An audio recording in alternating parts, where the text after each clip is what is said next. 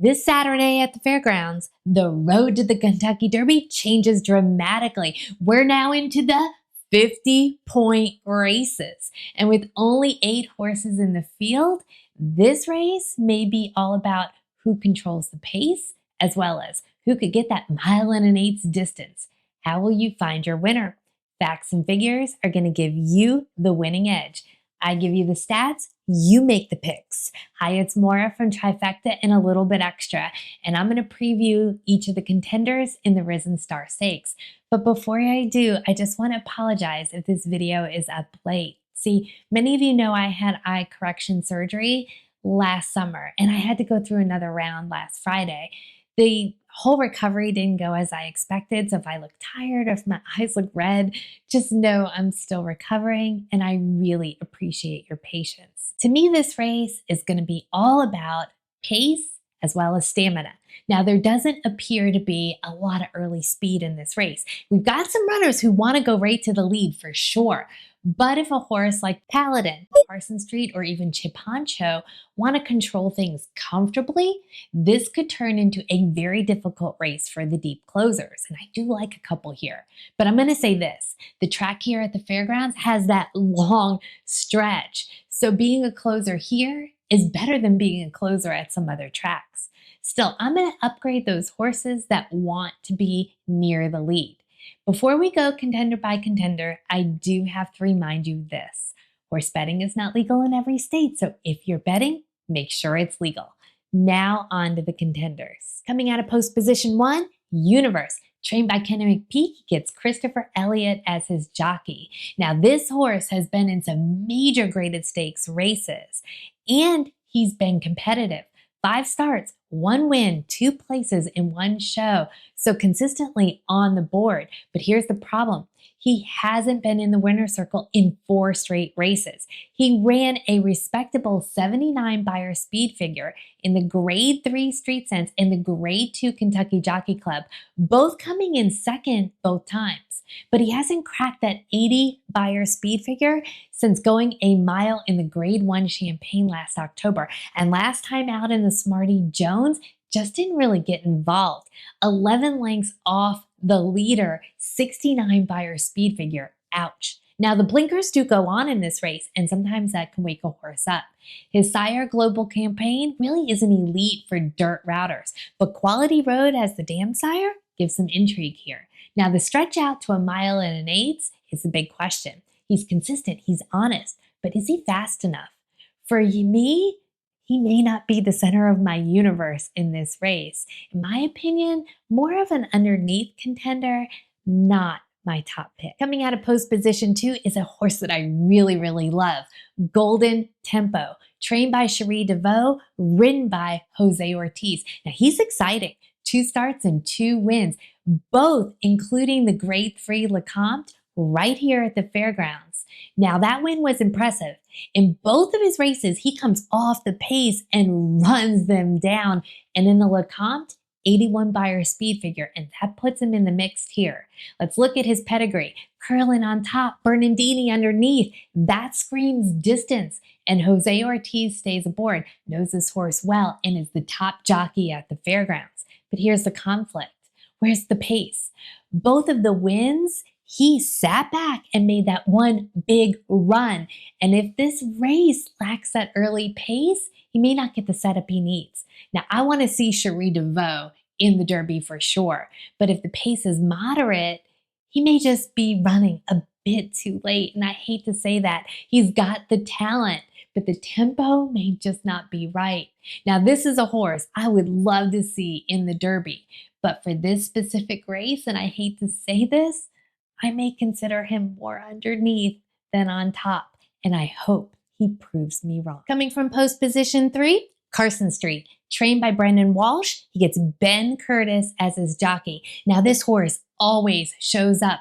5 starts, always on the board, but only 1 win. Now that win did come here at the fairgrounds, going 1.16 miles, and he earned a respectable 79 Beyer speed figure.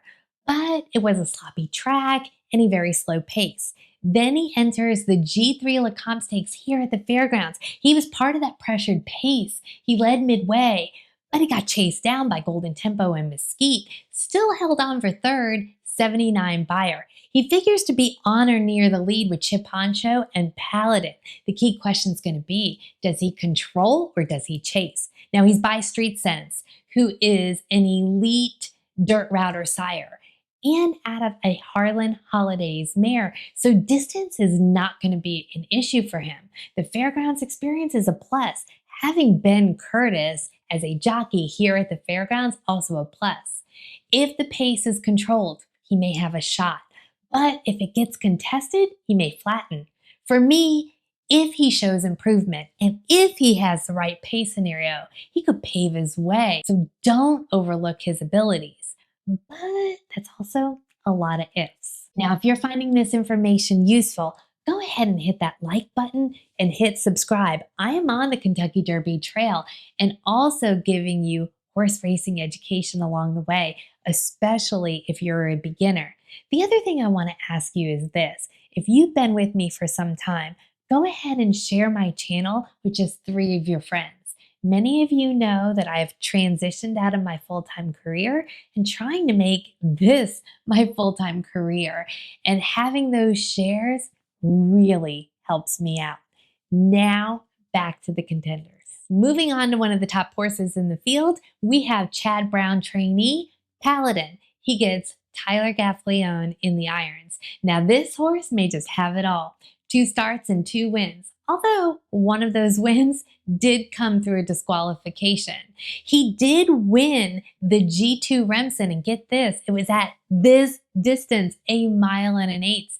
Earned an 85 buyer speed figure, and that is top in this field. He's a $1.9 million Colt by gun runner out of a Tapid mare. Stamina is built in. Even more impressive, the horse he beat in the Remsen, Renegade, he just went back and won the Sam F. Davis. So the form is strong. Now he was bumped at the start last time, still won. He's tactical. He could be forward. And in a race without a lot of early speed, that could be dangerous. Breeding, pace, proven at the distance, top speed figure. What's not to love here? He checks every box. And in the battle for Derby points, he is ready to defend his kingdom. In post position 5, we've got a horse that's likely to be in the front with Paladin, and that is Chip Honcho. Trained by Steve Asmussen, he gets Luis Saez as his jockey. Now he knows the track. He won the gun runner here in December, going 1 mile and a 1/16. He sat off the leader and pounced late and gets an 81 buyer. Then he shows up in the Lecomte. Now he had to go wide early in that first turn. He could only manage 4th with a 78 buyer. Blinkers, they are coming off. And with a longer run in the stretch into that first turn, due to the longer distance of this race, he may get better positioning. He's by Connect, slightly above average stats for a dirt router sire, but the distance is going to be a question. He's tactical enough to benefit from a soft pace, but I'm not fully convinced he's elite at the 9 furlongs. Now Chip Honcho could be the boss early, but I'm not sure he runs the whole operation late. For me, if I were to use him, he would be better underneath. Now on to post position 6, Colt 47. His trainers Keith DeSormo, jockey James Graham. Most experienced horse in the field, 8 starts, but that experience doesn't always mean class. His last win, a $50,000 claimer at 7 furlongs at Churchill Downs. Now he's improved in every start. Last time out here at the fairgrounds, he earned a 76 buyer, but he needs another jump forward. He's also been tested on the turf, 4 prior turf races, but modest figures. And while he's a closer, I like other closers in the field. The class tests seem steep to me, and unless the pace really collapses, he may be spinning his wheels late. For me, he's a pass, even though Keith DeSormo sometimes stuns at the fairgrounds. Now on to a horse coming out of post position 7 that may just needed a little bit of time to court us all. It is Courting. Trained by Todd Pletcher, he gets Johnny Velasquez as his jockey. And now here I want a drum roll. Brrr. This is a $5 million, get that $5 million Colt by Curlin out of a Bernardini mare cavorting. That means full brother to Clairiere. The pedigree screams stamina and class, but the performance has yet to match the price tag. 3 starts, 1 maiden win. 4th in the Remsen behind Paladin going this distance. Mid-70s buyers across the board. Now he was bumped at the start in that last race. Blinkers this time go on, and he is making his 3-year-old debut. He should be closer to the pace, and with that pedigree, improvement at 9 furlongs would not shock me. This might be the moment courting steps forward, because if he's going to flirt with Derby dreams, he needs to start courting greatness now. For me, I'm going to give him another chance as a top contender. Finally, post position 8, Quality Mischief. Trainer is Brad Cox, his jockey is Florent Giroux. Quality Mischief has faced many of these horses. Chip Honcho, Golden Tempo, Carson Street. Still hasn't beaten them yet. 4th and 5th so far. Best buyer is an 80, and that is competitive, but not superior. And he's closer. And we've already talked about the pace setup. It may not help him. But if for some reason we see a pace meltdown, expect him to come flying in late. For me, he's going to be a pass. Now we got the most important part of the video, so don't you go away. Time to drop your comments below. Who do you like in the Risen Star and why? Y'all know I love the comments and I love learning from one another. And if this analysis has been helpful to you, go ahead and hit like and hit subscribe. We're on the road to the Kentucky Derby, and boy, is it a lot of fun. Consider sharing with 3 of your friends. I hope you all find your winner on Saturday and sashay away with your money. Until next time, cheers.